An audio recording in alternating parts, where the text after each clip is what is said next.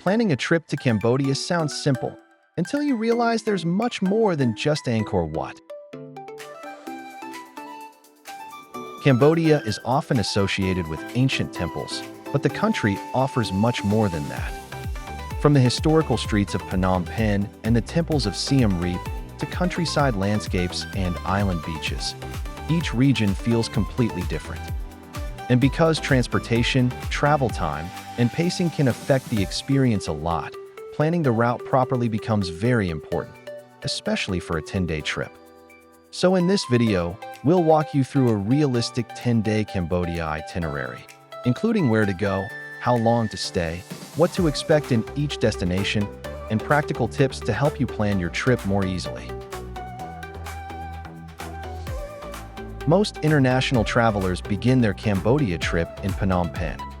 After arrival, it's a good idea to keep the first day relatively light because traffic, weather, and jet lag can feel tiring, especially in the dry season heat. The riverside area near Sisawath Quay is one of the easiest places to start exploring. You can walk along the riverfront, visit the night market, or simply experience the atmosphere of the capital city. For dinner, this is also a good time to try Cambodian cuisine for the first time. Fish amok is probably the most famous Cambodian dish, a creamy curry traditionally steamed in banana leaves. Lak lak, stir-fried beef with pepper sauce, is another very common local meal. And because Phnom Penh has a growing cafe and restaurant scene, there are also many international and vegetarian-friendly options available. One thing to notice, Cambodia uses both Cambodian riel and US dollars in daily life, so travelers usually carry small USD bills for convenience. Day 2 is usually focused on understanding Cambodia's culture and history. The Royal Palace and Silver Pagoda are among the city's most important landmarks and are best visited in the morning before temperatures become too hot. Nearby, the National Museum provides useful historical context before continuing to Siem Reap later in the trip. In the afternoon, many travelers visit Tonlé Sap Genocide Museum or Choang Ek Killing Fields to learn about Cambodia's Khmer Rouge period. These locations can feel emotionally heavy, so pacing is important. For food, Phnom Penh is a good place to explore local restaurants and modern cafes. Restaurants like Khmer Surin or Malice are popular for travelers wanting Cambodian cuisine in a comfortable setting, while vegetarian cafes are becoming easier to find around the city center. On day 3, the journey usually continues to Siem Reap, the gateway to the Angkor Temple complex. Traveling by road from Phnom Penh takes around 5 to 6 hours, while domestic flights are much faster if you want to save energy and maximize sightseeing time. Private cars are also a popular option because they allow more flexibility for stops along the route. After arriving in Siem Reap, it's usually better to keep the day relatively relaxed instead of immediately rushing into temple visits. The Old Market area and Pub Street are among the easiest places to explore on the first evening. You'll find cafes, restaurants, night markets, massage shops, and a much more walkable atmosphere compared to Phnom Penh. For food, this is a good opportunity to try Khmer barbecue, amok curry, or Cambodian-style noodles. Vegetarian and international restaurants are also very common in Siem Reap because of the large number of international travelers. One useful thing to notice is that temple exploration usually starts very early in the morning, especially for sunrise at Angkor Wat.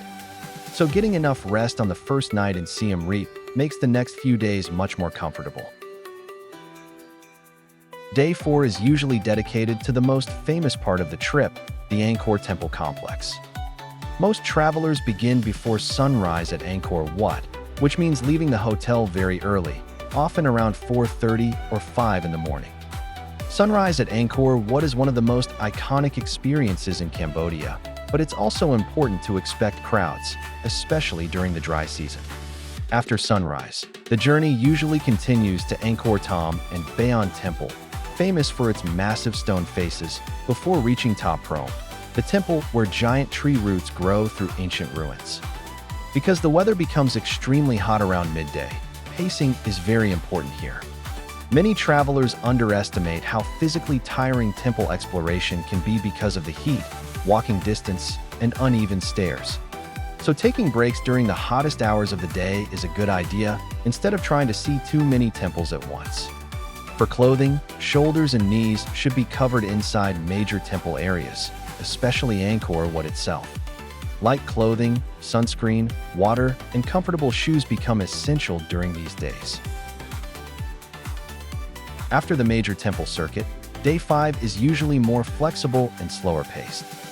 This is a good opportunity to visit smaller or less crowded temples such as Bani Sray, known for detailed pink sandstone carvings, or Priya Khan, which has a quieter and more atmospheric feeling compared to the main temple sites. Many travelers also spend part of the day relaxing in Siem Reap itself, especially after several early mornings. Cafes, local markets, and spas are easy to find throughout the city center, making it much easier to slow down between temple visits.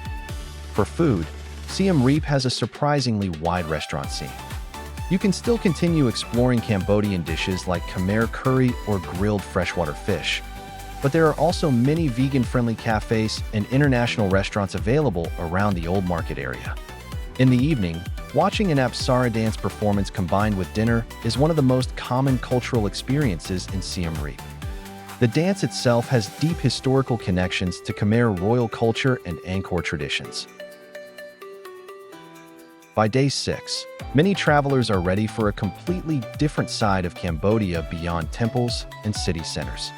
A visit to Tonlé Sap Lake and nearby floating villages offers a closer look at local life connected to the water. Depending on the season and water level, the appearance of the villages can change dramatically throughout the year. Some houses stand high above the ground during the dry season, while during the rainy season, entire communities appear to float directly on the lake. Fishing remains one of the main livelihoods here, and daily life revolves heavily around the movement of the water. At the same time, it's important to choose floating village tours carefully. Some tours focus too heavily on tourist shopping stops, while smaller and more responsible tours often provide a more respectful and authentic experience. For the final part of the trip, many travelers head towards southern Cambodia for a slower atmosphere. Kampot and Kep are among the most common choices because they feel very different from Phnom Penh and Siem Reap. Kampot is known for its riverside environment, cafes, pepper farms, and slower pace, while Kep is more associated with seafood and coastal scenery. Travel time from Siem Reap can be long, so some travelers choose domestic flights combined with road transfers depending on schedules. Compared to the busier cities, southern Cambodia feels much calmer and more relaxed. This part of the itinerary is less focused on sightseeing and more about atmosphere, food, and slower travel experiences. For food, Kep's Crab Market is one of the most famous places to try fresh seafood, especially crab cooked with Kampot pepper, one of Cambodia's best-known regional ingredients. This day is usually less physically demanding compared to temple exploration, which helps balance the pace of the overall itinerary.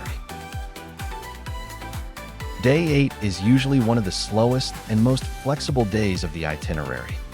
Some travelers spend the day relaxing at riverside cafes or boutique accommodations, while others explore the countryside by tuk-tuk or scooter. In Kampot, nearby pepper farms and small villages offer a quieter look into daily life outside Cambodia's major tourist centers. Meanwhile, in Kep, many travelers simply enjoy seafood restaurants, local markets, and coastal scenery without rushing between attractions. This slower pacing becomes important in a 10-day itinerary because Cambodia's heat and long travel distances can become exhausting if every day is packed with activities. So this part of the journey often feels more about atmosphere than checking famous landmarks off a list. By Day 9, travelers usually choose between two different directions depending on their schedule and travel style. Some return to Phnom Penh for the final night before departure, which creates a more comfortable buffer before international flights. Others continue toward island destinations like Koh Rong or Koh Rong Samloem for beaches and slower island life. If you choose the islands, it's important to leave enough transfer time because ferry schedules and weather conditions can sometimes affect transportation. Compared to Thailand or Vietnam, Cambodia's islands generally feel less developed and quieter, which many travelers actually prefer. This final part of the itinerary is often where travelers slow down completely before returning home. After 10 days, most travelers leave Cambodia with a very different impression from what they expected before arriving. The country is not only about Angkor Wat, but also about riverside cities, countryside landscapes, food culture, local hospitality, and a much slower rhythm of travel. And because transportation times, pacing, and travel style can affect the experience so much, there's never just one perfect itinerary for everyone.